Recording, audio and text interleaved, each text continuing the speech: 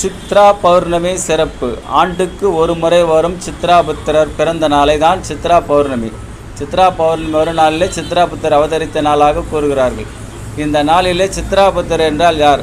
நமது தலையெழுத்தையை நிர்ணயித்து எழுதுகின்ற ஒரு பிரம்மதேவரின் படைப்பை நமக்கு செய்கின்ற வாழ்க்கையில் செய்கின்ற தவறுகளையும் நியாயங்களையும் தர்மத்தையும் சுற்றி எழுதுகின்றவர் அவரே. நமது விதிக்கு நல்ல வழி வகுக்கக்கூடிய சித்ராபுத்திரரை போட்டு சித்ராபுத்திர நாளிலே சித்ரா பௌர்ணமி நாளிலே தரிசனம் செய்தால் அனைத்து தோஷங்களையும், குறிப்பாக கேதுவால் பாதிக்கப்பட்டோம், கேது தோஷத்தால் உள்ளவர்கள் இங்கு சென்று அவரை தரிசித்தால் அனைத்து தோஷம் நீங்கும் என்பது ஒரு ஐதீகம்.